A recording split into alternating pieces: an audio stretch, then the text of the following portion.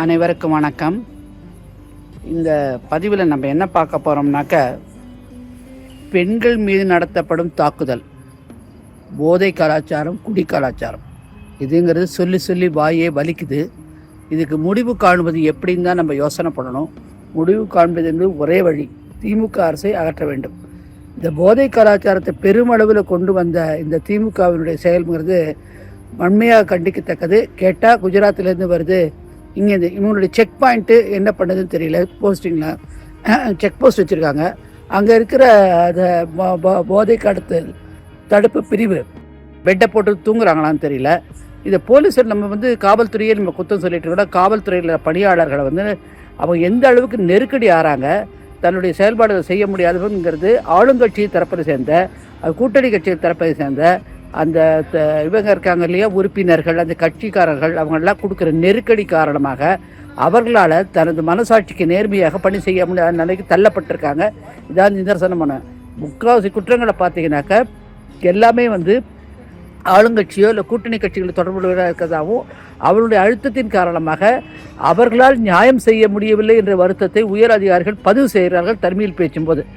இதை தைரியமாக இவங்க செயல்படுத்துறதுக்கு முன் வந்தாங்கன்னா, இந்த மாதிரி அழுத்தம் கொடுக்குற திமுக, அதனுடைய கூட்டணி கட்சிகளை சேர்ந்த பணியாளர்களுடைய தொந்தரவு, தொண்டர்களுடைய தொந்தரவு, கட்சிக்காரர்கள் தொந்தரவு எதிர்த்து போராடினாக்கா மக்களுடைய ஆதரவு உங்களுக்கு பெருகுங்கிறத நம்ம முதல்ல பதிவு செய்கிறோம். அடுத்தது இப்போ வருவோம். இப்போ பார்த்திங்கன்னா, அந்த குழந்தையை எப்படி எங்கேருந்து கண்டுபிடிச்சாங்க, அந்த மனைவி எங்கே கண்டுபிடிச்சாங்க, அந்த மனிதரை எங்கேருந்து கண்டுபிடிச்சாங்கிறத எல்லா கதையும் எல்லோரும் பார்த்தாச்சு. ஒரு கேள்வி, ஒரு புலம்பெயர்ந்த தொழிலாளர்கள் இஷ்டத்துக்கு உள்ளே வராங்கனாக்க அவங்க அந்தந்த கம்பெனியில் ஒரு இடத்துல கூட்டு தங்க வைக்கிறாங்க. அந்த தனியார் நிறுவனங்கள் அந்த இந்த சமாச்சாரத்தை போலீஸ்க்கு தெரிவிக்கிறது இல்லையா, இத்தனை பேர் வந்திருக்காங்க, இன்றைக்கி சேர்த்துருக்கோங்க தெரிவிக்கல. ஒரு கேள்வி. ரெண்டாவது கேள்வி, காவல்துறை அடிக்கடி ரோந்து பணியில் இருந்து அந்தந்த பகுதிகளை சேர்ந்த தொழிலாளர்களுக்கு இருக்கிற பகுதி எந்தெந்த இதில் தொழிற்சாலைகள் செய்கிறான் அங்கே போய் இன்ஸ்பெக்ட் பண்ணி செக்கப் பண்ணி ரெய்டு வச்சு யார் யார் புது தொழிலாளர்கள் வந்திருக்காங்க, எங்கே வந்திருக்காங்கிறது ஏன் செய்யறது இல்லையா அப்படிங்கிறது, அது குறித்த ரிப்போர்ட்டோ இல்லை அது மாதிரி ஒரு தகவல் தான் இன்னி வரைக்கும் மாநகராட்சியில் இருக்கிற கமிஷனர் லெவல்லையோ, ஆணையர்கள் லெவல்லையோ, இல்லை டிஜிபி லெவல்லையோ இந்த மாதிரி எந்த தகவலோ எந்த வீடியோவும் வெளியில் வந்ததில்லை. அது பாருங்கள். அப்படின்னா என்னாச்சோ, அவங்களாம் செக் பண்ணுறதே இல்லை, அன்னோட்டிஸ்டுவாங்க, கண்டுக்கும் காணாமல் அப்படியே விட்டுறதுனால தான் யார் எந்த இடத்துல போய் தங்குறாங்க. இப்போ ஒரு செக்யூரிட்டி காவலாளி ஒரு இடத்துல பணிபுரிகிறார் என்றால் அவர் இல்லை எங்கள் தெரிஞ்சவங்க 2 நாள் தங்க வைக்கிறாங்கனாக்கா அந்த மேனேஜ்மெண்ட் என்ன பண்ணுது, அது எப்படி அலோவ் பண்ணிச்சு முதல்ல அது தெரியணும். இல்லை சொந்தக்காரங்களா, எந்த விதத்தில் சொந்தம், எப்படி சேர்ந்தவங்க கேட்டாங்களா, அதை உடனே தகவல் காவல்துறைக்கு தகவல் கொடுத்தாங்களா, இல்லை அந்த காவல்துறை தான் அன்றாடமாக போய் ஒவ்வொரு போலீஸ் ஸ்டேஷன் ஜூரிஸ்டிக்ஷன்லையும் எவ்வளோ பேர் இருக்காங்களோ அங்கே போய் செக் பண்ணி யார் யார் புதுசாக வந்திருக்காங்க, எத்தனை பேர் இருக்காங்கன்னு சொல்லி நோட்டீஸ் எடுக்கிறாங்களா, அந்த சிசி ஃபுட்டேஜ் நுழையிறச்சு ஒவ்வொரு தெருக்களிலும் சிசி ஃபுட்டேஜ் இருக்குது, அதில் பார்த்துருக்காங்களா, அது உடனே மானிட்டர் பண்ணுறாங்களா, யார் புதுசாக அந்த கம்பெனி உள்ளே போகிறாங்க வராங்கன்னு. இல்லை அந்த அப்பார்ட்மெண்ட்ஸு. இன்னொன்று முக்கியமாக குடியிருப்போர் நல சங்கத்தை கூட்டி வச்சு மாதத்துக்கு ஒரு தடவை இல்லை 15 நாளைக்கு ஒரு தடவை காவல்துறையினர் இவர்கள் ஒரு கூட்டம் நடத்தி அங்கே என் பகுதியில் என்னென்ன கஷ்டங்கள், என்னென்ன கிரைம் நடந்தது, என்னென்ன பாதுகாப்பு உறுதியை மேலும் கேட்குறாங்கன்னு சொல்லி ஒரு கலந்தாய்வு கூட்டம் நடத்தினா எங்கேயுமே இப்போல்லாம் கண்டப்படுது. இதெல்லாம் முன்பு ஒரு 4-5 வருஷத்துக்கு பார்த்து முன்னே எங்களுடைய நல்ல சங்கங்களே நாங்கள் போவோம், வாய்ப்பு வரும்.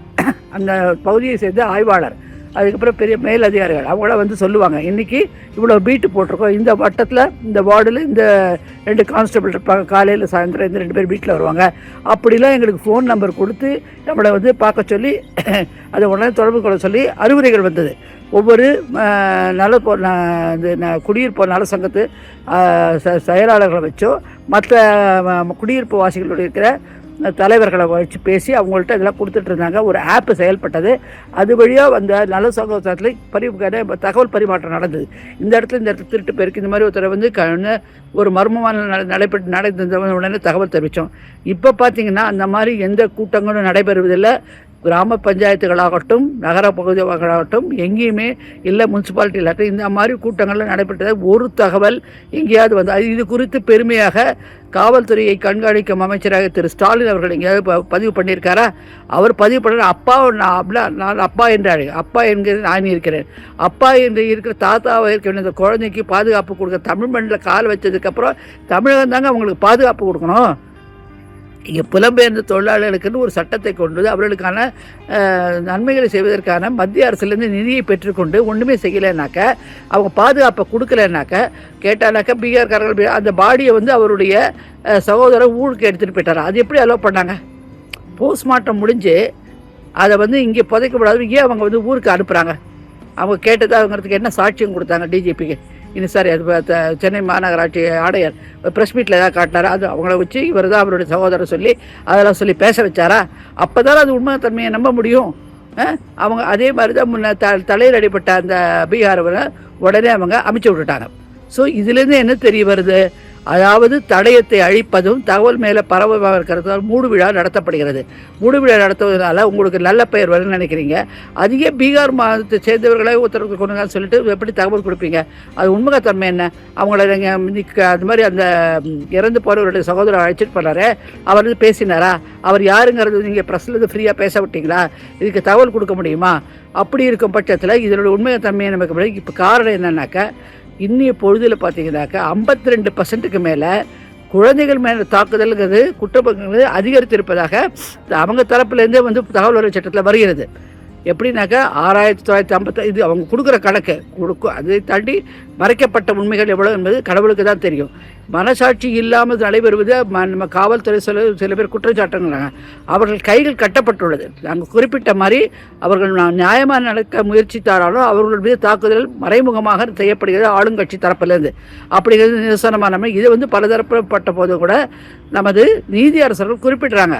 அவங்களுக்கு நீங்கள் ஃப்ரீடம் கொடுங்க, அவங்களுக்கு வந்து படிச்சுமையை குறைங்க, இந்த பந்தோஸ் டியூட்டியில் எக்கச்சக்கமாக போடாதீங்க அப்படிலாம் தெரிவிக்கிறாங்க. எனவே கூட்டி கழித்து பார்த்தானாக்கா முற்றிலும் முதலும் முற்றிலும் திமுக அரசு தான் எல்லாத்துக்கும் பொறுப்பேற்கணும். புலம்பெயர்ந்த தொழிலாளர்களுக்கு பாதுகாப்பு கொடுக்காத இந்த மாநில அரசு 2.0 இல்லை, இப்போயும் 0 தான். 2.0 வேறு வேணுமா? 2 0 முட்டை அடிக்கிறதுக்கு நம்ம ஒரு தடவை முட்டை அடித்ததே போதும். அதனால் இதை கையுங்களமாக பிடித்துக்கொண்டு இந்த மாதிரி குற்ற உணர்வு பெண்கள் எப்படி நடமாடுவாங்க? எங்கள் புலம்பெயர்ந்த தொழிலாளர்கள் சொல்கிறீங்க, நம்ம புலம்பெயராத தொழிலாளர்கள் எத்தனை பேர் தாக்கல் பண்ணுறது எங்களுக்கு தெரியுங்க.